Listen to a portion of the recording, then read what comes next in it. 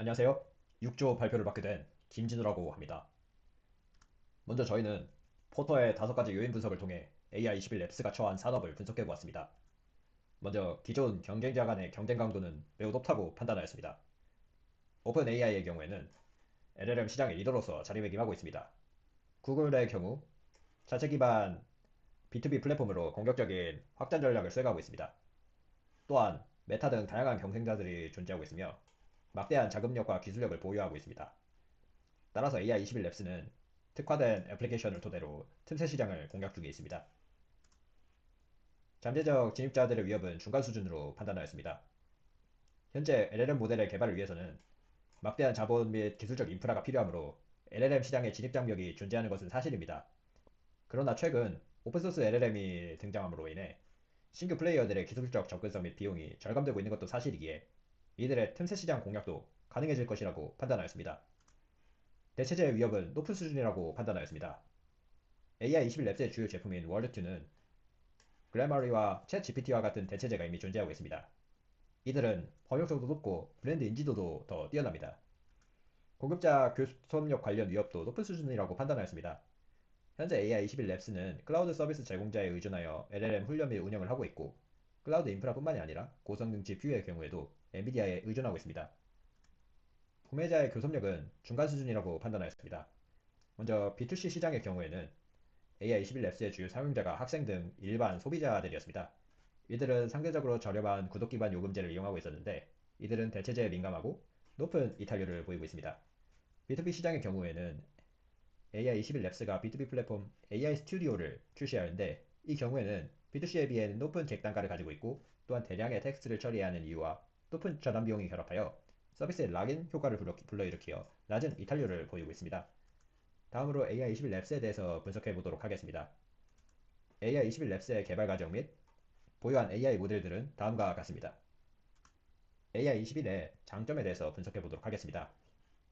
먼저 AI21은 자체 LLM인 쥐라기를 통해 AI 훈련 비용을 획기적으로 줄일 수 있고, 검색 및 인용처를 명시하는 기술들을 통해 환강 문제로부터 덜 취약하고, 그리고 개인정보 문제에 대해서도 강점이 있다는 것입니다. AI21의 단점의 경우에는 먼저 이탈률이 높다는 것이 있습니다. 또한 고객군의 절반이 수익성과 이탈률이 높은 학생들이 차지하고 있습니다. 마지막으로 워드튠과 AI21의 연계성도 떨어집니다. 따라서 저희는 이러한 분석을 바탕으로 하여 AI21이 B2B 기업으로서의 포커싱을 맞춰야 한다고 파악하였습니다.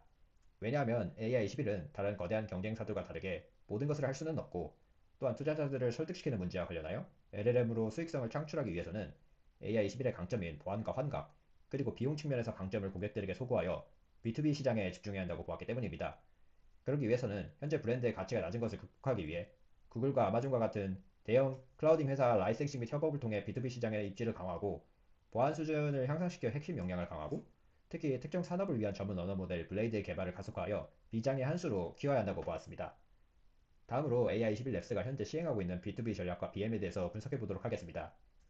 AI21은 현재 아마존과 플랫폼 공급 전략 중 하나인 라이센싱 앤 협업 섹터에서 사업을 진행하고 있습니다. 협업 시스템의 작동 과정은 다음과 같습니다. 그리고 현재 AI21의 BM은 총 3가지인데, 라이선스 제공 방식, 파트너 협력을 통한 수수료, API 기반 과금이 있습니다. 다음으로 AI21의 현재 전략을 평가해 보겠습니다. 먼저 첫 번째 장점은 안정적인 수익 확보가 가능하다는 것, 시장 접근성이 좋다는 것, 기술적 확장성이 있습니다. 단점과 같은 경우 AI21의 독립성이 상실될 위험과 라이선스에 지나치게 의존하여 장기적으로는 독립적인 성장에 어려움이 있을 수 있다는 것이 있습니다. 저희가 생각하는 최종 목표는 독점 어플리케이션 블레이드의 개발이며, 이를 하이브리드 전략을 통해 달성해야 한다고 봅니다.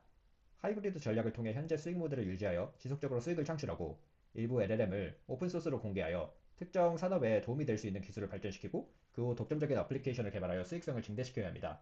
목표 달성을 통해 브랜드 강화 효과와 추가적인 협력 및 파트너십 확보, 그리고 높은 수익성을 확보할 수 있을 것입니다.